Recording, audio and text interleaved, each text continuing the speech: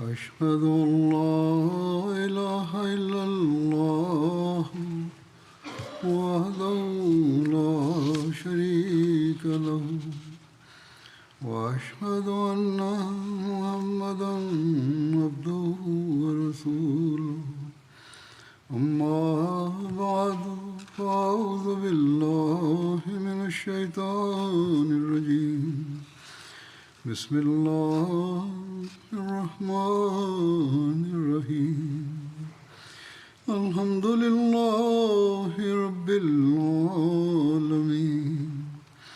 الرحمن الرحيم مالك يوم الدين إياك نعبد وإياك نستعين اهدنا الصراط المستقيم صراط الذين أنعمت عليهم غير المغضوب عليهم ولا الضالين.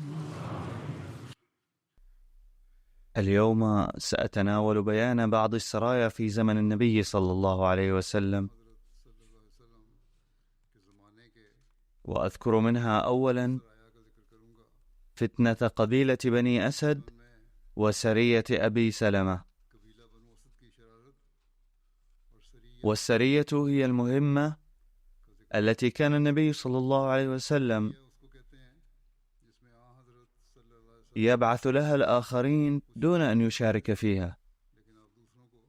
فهذه السرايا أيضا تلقي الضوء على جوانب من سيرة النبي صلى الله عليه وسلم، والجوانب من أسوته صلى الله عليه وسلم التي تلقي الضوء عليها هذه السرية هي حكمته صلى الله عليه وسلم وأسلوبه في الدفاع عن المسلمين، مواساته الكبيرة للآخرين.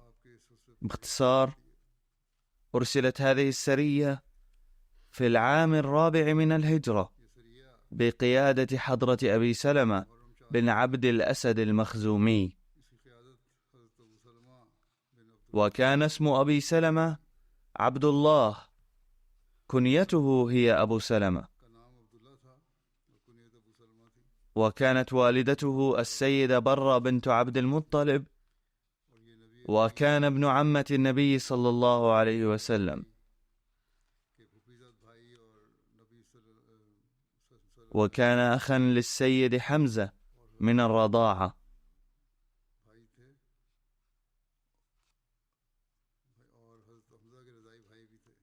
وكان قد رضع من أمة أبي لهب ثويبة، وكانت السيدة أم المؤمنين السيدة أم سلمة زوجته. فقد حضر أبو سلمة بدرا وأحدا، وأصيب في أحد بجروح فعالج جروحه لمدة شهر، وفي الظاهر كان جرحه قد اندمل بحيث لم يكن يعرفه أحد. وخلفية هذه السرية أن المنافقين في المدينة واليهود بدأوا يحتفلون بأفراح بسبب أحداث معركة أحد، وظنوا من جديد أنه يمكن التخطيط للقضاء على المسلمين عاجلا. وكذلك القبائل الساكنة بجوار المدينة الذين كانوا قد فزعوا من الانتصار العظيم للمسلمين في بدر، هم أيضا بدأوا يفكرون أن المسلمين واجهوا خسارة جسيمة في أحد، فالفرصة سانحة لإلحاق الضرر بهم أكثر بشن الهجوم عليهم والحصول على أموالهم بالنهب والغارة. فبالكاد كان قد مضى على معركة أحد شهران، إذ إن زعيم قبيلة بني أسد بن خزيمة، وهو طليحة بن خويلد وأخوه سلمة بن خويلد، وهي أول قبيلة خططت الهجوم على المسلمين وكانت تقيم في نجد،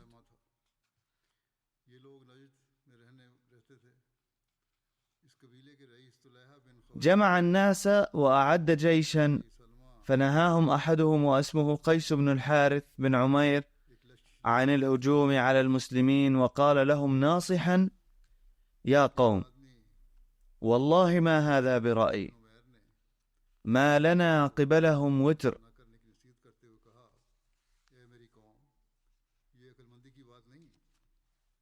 وما هم نهبة لمنتهب، إن دارنا لبعيدة من يثرب، وما لنا جمع كجمع قريش. مكثت قريش دهرا تسير في العرب تستنصرها، ولهم وتر يطلبونه، ثم ساروا قد امتطوا الإبل وقادوا الخيل وحملوا السلاح مع العدد الكثير 3000 مقاتل سوى أتباعهم، وإنما جهدكم أن تخرجوا في 300 رجل إن كملوا، فتفرون بأنفسكم وتخرجون من بلادكم، ولا آمن من أن تكون الدبرة عليكم فعصوا. وفي الطرف الآخر بلغ النبي صلى الله عليه وسلم خبر مكيدة بني أسد للهجوم على المدينة عن طريق وليد بن زهير من قبيلة الطيء، فكان قد جاء لزيارة ابنة أخيه زينب زوجة طليب بن عمير بن وهب رضي الله عنه. فحين أطلع النبي صلى الله عليه وسلم على خطة بني أسد المذكورة آنفا، قرر رسول الله صلى الله عليه وسلم أن يبادر المسلمون بالهجوم على بني أسد دفاعا عن أنفسهم بدلا من أن يغيروا هم على المدينة. فدعا صلى الله عليه وسلم سيدنا أبا سلمة بن عبد الأسد وقال: اخرج في هذه السرية فقد استعملتك عليها. ثم عقد له لواء وقال: سر حتى ترد أرض بني أسد، فأغر عليهم قبل أن تلاقي عليكم جموعهم. فخرج معه في تلك السرية 50 و100 رجل لمعاقبة تلك القبائل، ومعه الرجل الطائي وليد بن زهير دليلا. وأسماء بعض الصحابة الذين شاركوا في هذه السرية هي: أبو سبر بن أبي رحم، عبد الله بن سهيل بن عمرو، عبد الله بن مكرم العمري،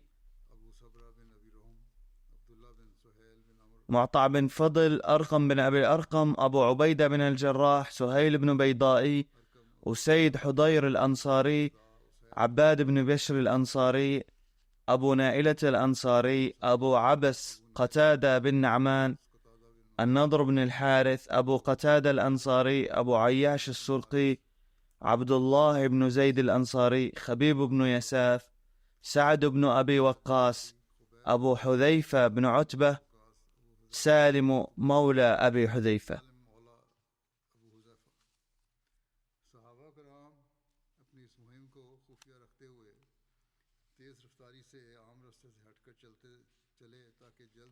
فأخذ السير ونكب بهم عن سنن الطريق، وسار بهم ليلا ونهارا فسبقوا الأخبار، وانتهوا إلى ذي قطن. وقطن اسم جبل قرب فيد، وهي محطة على الطريق إلى الكوفة، حيث كان ماء من مياه بني أسد بن خزيمة، فأغاروا على سرح لهم فضموه، وأخذوا رعاء لهم مماليك 3، وأفلت سائرهم. فجاءوا جمعهم فأخبروهم الخبر وحذروهم جمع أبي سلمة، وكثروه عندهم، أي بالغوا كثيرا في ذكر الجيش، مما ولد الخوف والفزع في بني أسد، وأصابهم رعب نتيجة وصول المسلمين إليهم بهذه السرعة، فتفرقوا في كل وجه. وورد أبو سلمة حيث كانوا قد نزلوا، فوجد العدو قد تفرق، فبعث أصحابه في طلبهم، فجعلهم 3 فرق: فرقة أقامت معه، وبعث فرقتين في ناحيتين شتى، وأوعز إليهما ألا يمعنوا في الطلب، وألا يبيتوا إلا عنده إن سلموا، وأمرهم ألا يفترقوا وليتوحدوا، لكن العدو هرب فزعا جدا بحيث لم يلقى المسلمون أحدهم.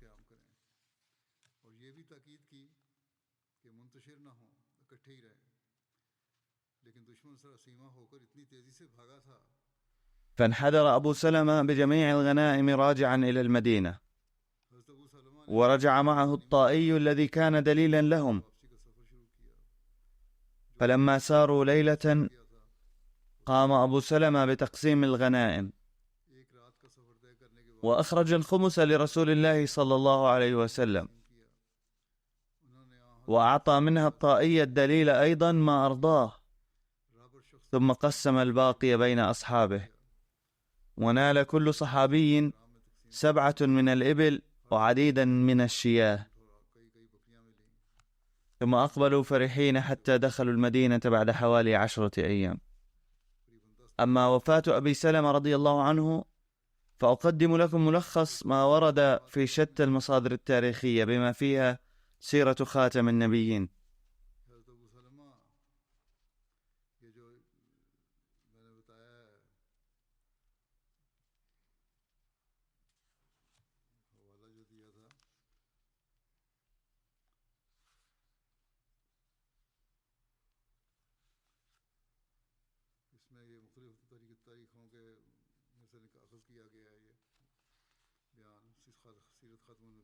ورد أن أبا سلمة رضي الله عنه مكث أكثر من 10 أيام خارج المدينة في هذه السرية، ولما رجع إلى المدينة انتفض جرحه الذي أصابه يوم أحد،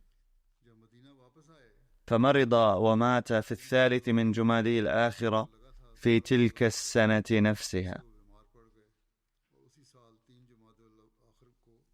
أما طليحة بن خويلد من بني أسد الذي مر ذكره آنفا فكان من أشجع العرب، وكان يعد ب1000 فارس، وكان فصيح اللسان. جاء مع وفد بني أسد إلى النبي صلى الله عليه وسلم ودخل في الإسلام، ولكنه ارتد فيما بعد وتنبأ في حياة النبي صلى الله عليه وسلم وعاث في الأرض الفساد، ثم هزم وفر من جزيرة العرب في نهاية المطاف. ثم بعد مدة عاد إلى المدينة وبايع عمر رضي الله عنه وثبت على إسلامه حتى الممات. لقد شهد القادسية وغيرها من الحروب الإسلامية وأبلى فيها بلاء حسنا، واستشهد في إحدى هذه المعارك في السنة 21 للهجرة. كان الله تعالى كتب له العاقبة الحسنى فوفق للإسلام بعد الارتداد في الأخير. ثم هناك سرية عبد الله بن أنيس الجهني رضي الله عنه الذي كان من الأنصار ومن حلفاء بني سلمة، حضر بيعة العقبة الثانية وشهد بدرا وأحدا وغيرها من الغزوات، وكان من الجماعة التي كسرت أصنام بني سلمة. توفي عبد الله بن أنيس رضي الله عنه في الشام في السنة 54 الهجرية، في بعض الروايات في السنة 74 الهجرية. لما علمت القبائل المجاورة للمدينة بوقائع معركة أحد ظنوا بالمسلمين ضعفا فخططوا للهجوم عليهم، وكان من بينهم سيد بني لحيان سفيان بن خالد بن سفيان الهذلي اللحياني، وورد في بعض الروايات أن اسمه سفيان بن خالد. لقد فكر أن المسلمين قد أصيبوا في أحد بنكسة، فلماذا لا يستغل ضعفهم الذي أصابهم حالا ويبث الرعب في قلوب المسلمين بالهجوم عليهم ونهب المدينة؟ كان يعادي الإسلام عداء شديدا، وكان شديد الكبرياء، وكان يعد جيشا في وادي العرنة بالقرب من نخلة أو عرفات، وكان يقود حركة جمع المقاتلين من بين قومه ومن حولهم ضد المسلمين، وكان قد تمكن من جمع الجموع في قبائل شتى. ولما بلغ رسول الله صلى الله عليه وسلم أن سفيان بن خالد كان قد جمع جيشا لشن الغارة على المدينة، اتخذ صلى الله عليه وسلم قرارا عسكريا فريدا وحكيما.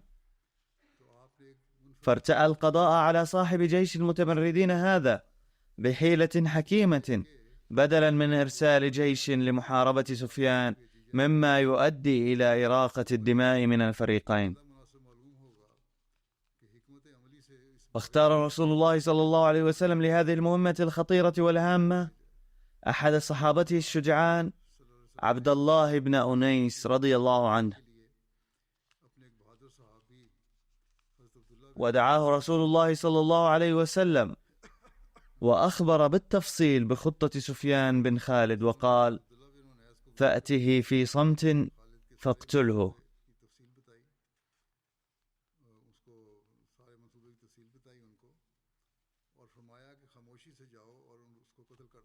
وقلت: يا رسول الله صفه لي حتى أعرفه.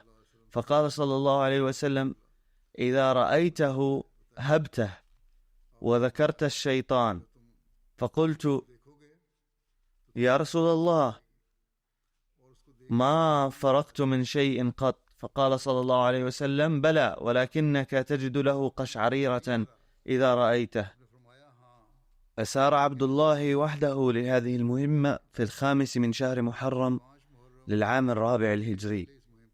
قال عبد الله رضي الله عنه: لما وصلت إلى عرنة وهو واد بالقرب من عرفات، رأيت سفيان يمشي متكئا على عصا، ووراءه الأحابيش من شتى القبائل، علما أنه كان لا يمشي متكئا على العصا بسبب الشيخوخة، بل كانت هذه عادة الناس في ذلك العصر، حيث كانوا يأخذون العصا في أيديهم. على كل حال، يقول عبد الله: فعرفته على الفور بما وصفه لي النبي صلى الله عليه وسلم، فما إن رأيته حتى أخذتني هيبة لم أعهدها من قبل. فقلت في نفسي: صدق الله ورسوله.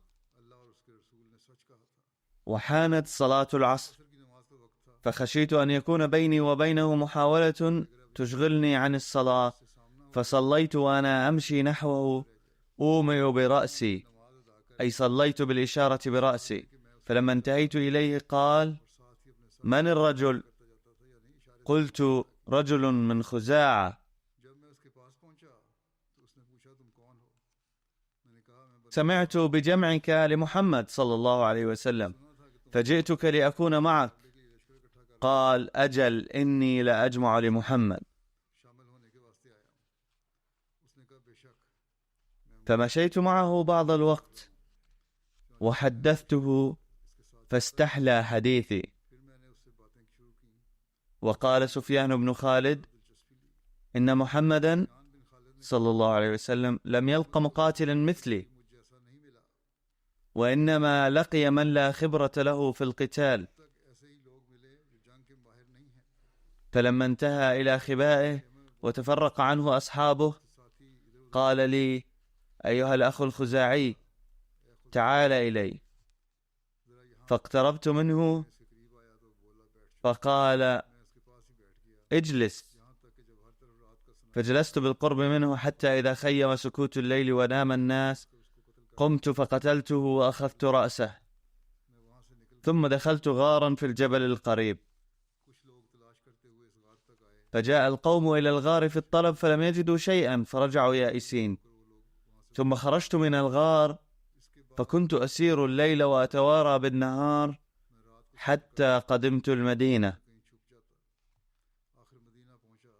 فلما رآني رسول الله صلى الله عليه وسلم قال من فوره: أفلح الوجه.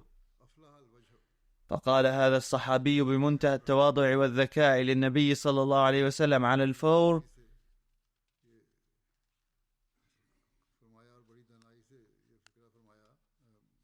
أفلح وجهك يا رسول الله، أي إنما كل هذا النجاح لك وببركة دعائك.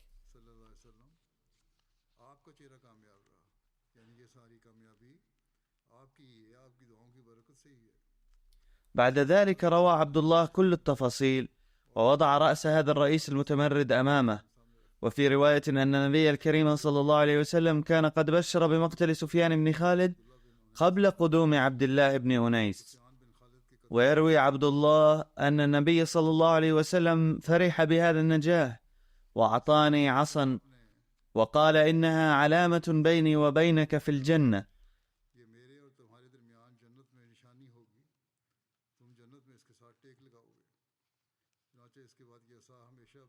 وسوف تستند إليه في الجنة.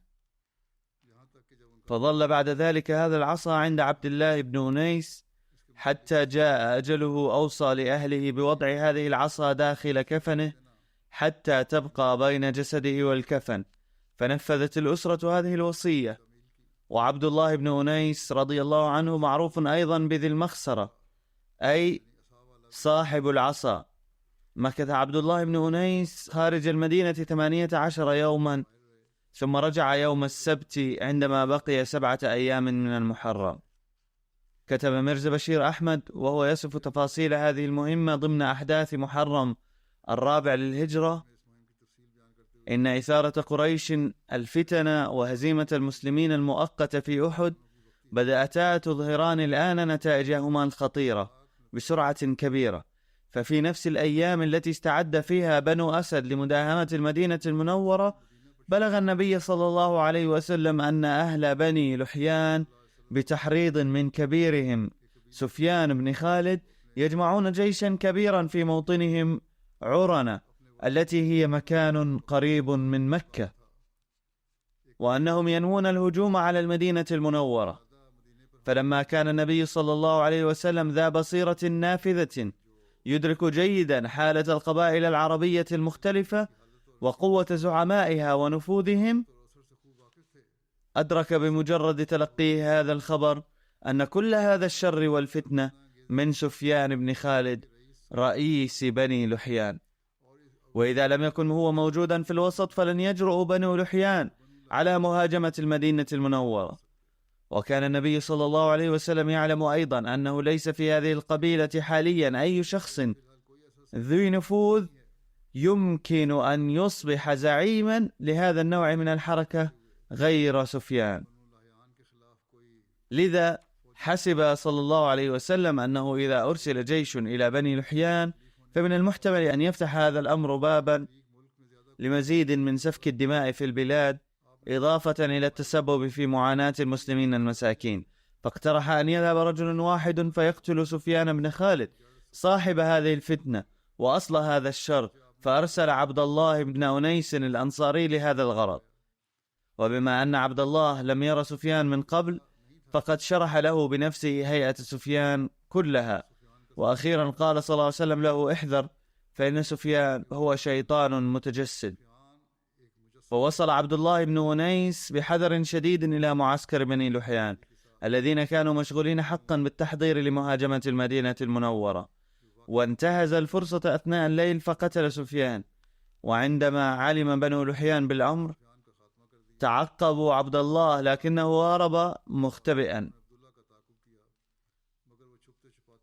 ولما قدم عبد الله بن أنيس رضي الله عنه أمام النبي صلى الله عليه وسلم، علم صلى الله عليه وسلم بمجرد رؤية وجهه أنه قد جاء مفلحا. فلما رآه النبي صلى الله عليه وسلم قال: أفلح الوجه، أي يبدو من هذا الوجه أنه وجه ناجح. فقال عبد الله: وما أحسن قوله أفلح وجهك يا رسول الله، أي يا رسول الله لك النجاح كله. وحينئذ أعطاه النبي صلى الله عليه وسلم عصاه مكافأة وقال: إن هذه العصا تعينك على الاتكاء في الجنة. وقد احتفظ عبد الله بهذه العصا المباركة معه بكل حب وإخلاص، وأوصى عند موته أن تدفن معه، فدفنت معه. يتبين من فرحة الرسول صلى الله عليه وسلم التي عبر عنها بعودة عبد الله، ومن المكافأة غير المعتادة التي قدمها له، أنه كان يرى فتنة سفيان بن خالد خطيرة للغاية، ويحسب قتله رحمة لأمن الجمهور. إن أعداء الإسلام يتهمون النبي صلى الله عليه وسلم بإهدار السلام وإراقة دماء البشر والعياذ بالله.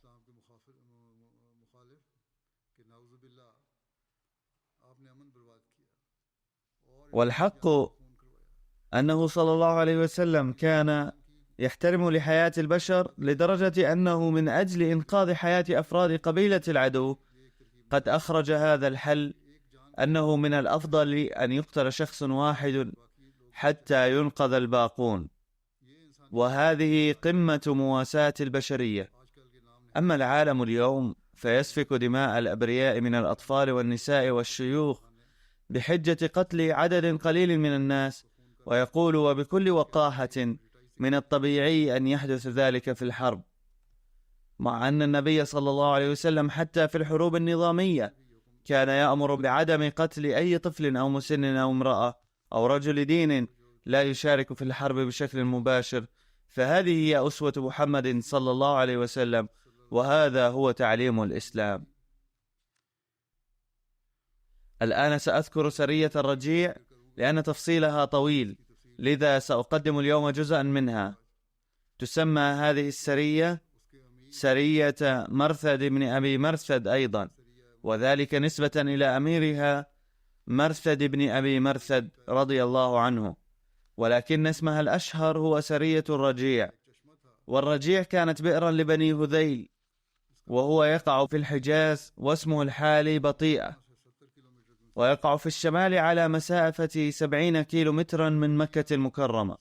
حدثت هذه السرية نحو الرجيع في بداية صفر السنة 4 للهجرة، وذكر ابن إسحاق وابن هشام أن هذه السرية حدثت في السنة 3 بعد غزوة أحد.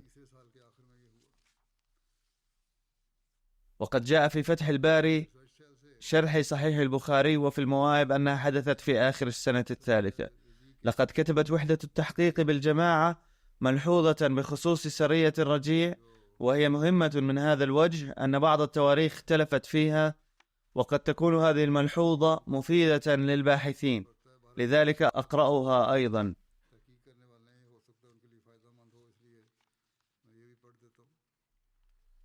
ففي كتب التاريخ والسيرة وحتى في صحيح البخاري اختلطت أحداث سرية الرجيع وبئر المعونة، وقد لفت إليها بعض كتاب السيرة، كما أن هناك سهوا آخر، وهو أن معظم أصحاب السيرة كتبوا أن سرية الرجيع حدثت في صفر السنة 4 الهجرية، وورد تفصيله أنه تم بيع خبيب وزيد رضي الله عنهما في مكة، ولكن بسبب دخول الأشهر الحرم حبسهما أهل مكة في السجن، ولما انقضت الأشهر الحرم قتلوهما، وهذا ما يقوله معظم أهل السيرة. ولكن إذا تأملنا قليلا فإن السؤال الذي يطرح نفسه هو أن هناك 4 أشهر حرم، 3 منها متتابعة وهي ذو القعدة وذو الحجة والمحرم، وأما الشهر الرابع فهو رجب الذي يأتي بعد 5 أشهر من المحرم. فما دامت هذه السرية قد وقعت في شهر صفر، فهذا يعني أن 3 من الأشهر الحرم كانت قد مرت سلفا، وكان سيحل الشهر الحرام الرابع بعد مرور شهر صفر. فالقول إن الأشهر الحرم كانت قد بدأت غير معقول، فلما لم تكن الأشهر الحرم جارية أصلا فلا مبرر لسجنهما لفترة طويلة، بل إن أهل مكة الذين كانوا يريدون أن يبردوا نار انتقامهم بقتلهما سريعا ما كانوا ليسجنوهما إلى فترة طويلة دون مبرر معقول ويتحملوا عبء مسؤولية إطعامهما وحمايتهما. إن أصحاب السير والمؤرخين الذين يقولون بوقوع هذه السرية في شهر صفر في العام 4 من الهجرة لم يتوجهوا إلى هذه الأسئلة. والآن أمامنا سبيلان 2: إما أن نقول إن الرأي القائل ببدء الأشهر الحرم وسجن أهل مكة خبيبا وزيدا إلى فترة طويلة ليس صحيحا، أو أن نقول بأن الروايات القائلة ببدء الأشهر الحرم وسجنهما إلى فترة طويلة صحيحة كلها. ولكن في هذه الصورة لابد من الاعتراف أيضا بأن معظم المؤرخين وأصحاب السير قد سهوا في الحفاظ على تاريخ هذه السرية، وإن رأي قلة قليلة من المؤرخين الذين يقولون بأن الأشهر الحرم كانت قد بدأت، أي كان شهر ذي القعدة قد بدأ عندما بيع خبيب وزيد في مكة، هو القول الأرجح. فقد قيل في كتاب السيرة لابن إسحاق الذي هو من أوائل كتب السيرة، وكذلك في السيرة النبوية لابن هشام في بيان تاريخ سرية الرجيع، إن هذه السرية وقعت بعد غزوة أحد في العام 3 من الهجرة. ويقول بهذا الشأن ابن حجر وهو شارح معروف وموثوق به لصحيح البخاري إن هذه السرية وقعت في أواخر العام 3 من الهجرة. وكذلك ورد في المواهب اللدنية كتاب السيرة الموثوق به، يبدو أن الأصح هو أن هذه السرية وقعت في شهر شوال في العام 3 من الهجرة. لقد قتل خبيب وزيد في شهر صفر في العام 4 من الهجرة، ولما بلغ خبر قتلهما المدينة شاع هذا في التاريخ رويدا في كتب السيرة، والله أعلم بالصواب. وقد ورد في بيان خلفية هذه السرية كما ذكر في بيان سرية عبد الله بن أنيس قتل سفيان بن خالد زعيم قبيلة بني لحيان، فبسبب ذلك كانت هذه القبيلة تحترق كمدا في نار الانتقام وتفكر ليل نهار في سبيل الانتقام من المسلمين. فجاء بعض الناس من هذه القبيلة إلى قبيلة عضل وقارة الذين كانوا بارعين في الرماية. كانت قبيلة عضل من ولد الهون بن خزيمة، وكانت تنسب إلى عضل بن الديش، وكانت قبيلة القارة أيضا فرعا من الهون وتنسب إلى الديش. وقالوا لبني لحيان أن اذهبوا إلى محمد صلى الله عليه وسلم في المدينة والتمسوا منه أن يرسل معكم بعضا من أصحابه ليبلغوا قبيلتكم دعوة الإسلام، وهناك أمل كبير أنه صلى الله عليه وسلم سيرسل معكم بعضا من أصحابه ليبلغوا قبيلتكم دعوة الإسلام، وعندما يأتي أصحاب محمد صلى الله عليه وسلم معكم سنبيعهم على أيدي أهل مكة ونصيب بهم ثمنا، سيقتلهم أهل مكة، وبذلك سوف نكون قد انتقمنا من المسلمين وسنضرب لكم سهما من هذه الأموال.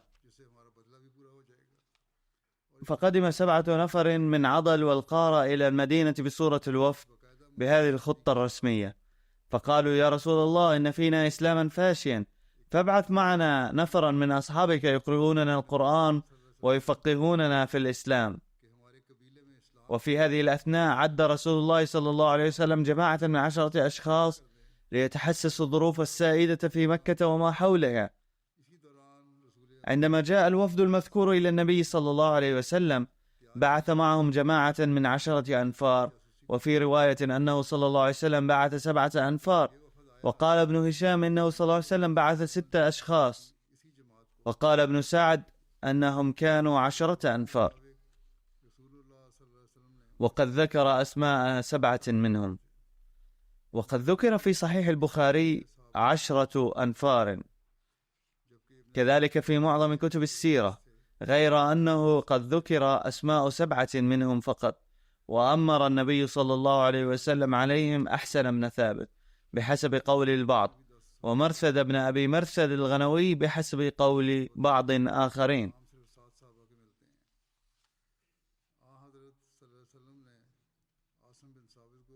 يقول سيدنا المصلح الموعوظ رضي الله عنه بهذا الشأن: في العام 4 من الهجرة جاء إلى النبي صلى الله عليه وسلم بعض الناس من قبيلتين عضل وقارة، وقالوا بأن قومهم قريب من الإسلام، فأرجوك أن ترسل بعض الناس ممن لديهم معرفة جيدة بالإسلام ليمكثوا بين ظهرانيهم ويعلموهم هذا الدين الجديد.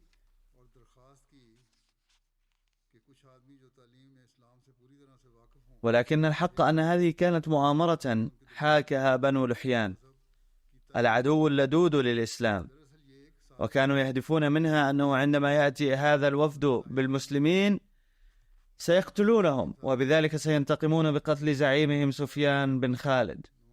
فأرسل بنو لحيان ممثلي عضل وقارة إلى النبي صلى الله عليه وسلم ووعدوهم بجوائز هائلة ليأتوا معهم ببضعة مسلمين. فحين التمس ممثلو عضل وقار من النبي صلى الله عليه وسلم بذلك قبل التماسهم وأرسل معهم 10 من أصحابه ليعلموهم معتقدات الإسلام وأصوله. فذهب هؤلاء 10 معهم، وسأسرد الأحداث المتبقية لاحقا إن شاء الله.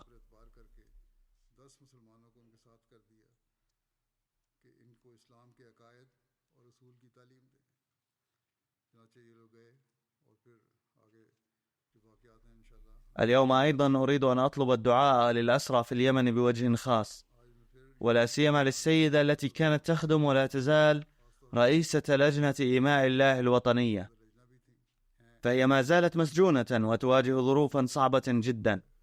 وهناك بعض آخرين أيضا لا يزالون معتقلين لأنهم ليسوا جاهزين ليقبلوا ما يقوله المعتقلون، فادعوا لهم بشكل خاص أن يهيئ الله تعالى ظروفا لفك أسرهم، وادعوا كذلك للإفراج عن الأسرى في باكستان. استمروا في الدعاء لأهل فلسطين أيضا، ففي بعض الأحيان يبدو أن الظروف ماثلة إلى التحسن ثم تعود إلى ما كانت عليه من السوء. الحكومة الإسرائيلية لا تزال مصرة على تعنتها، فادعوا الله تعالى أن ينجي أهل فلسطين من مظالمها سريعا، ويوفق المسلمين للقيام بما تملي عليهم الظروف.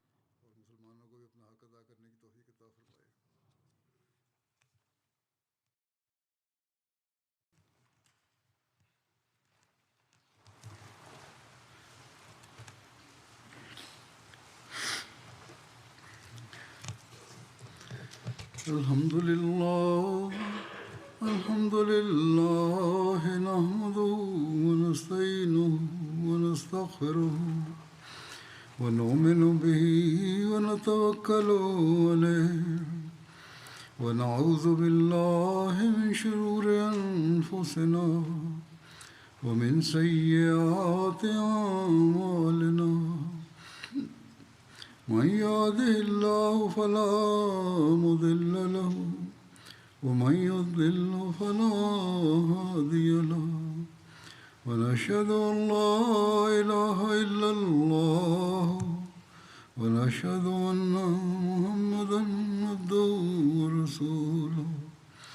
عباد الله رحمكم الله، إن الله يأمر بالعدل والإحسان وإيتاء ذي القربى وينهى عن الفحشاء والمنكر والبغي يعظكم لعلكم تذكرون. اذكروا الله يذكركم وادعوه يستجب لكم ولذكر الله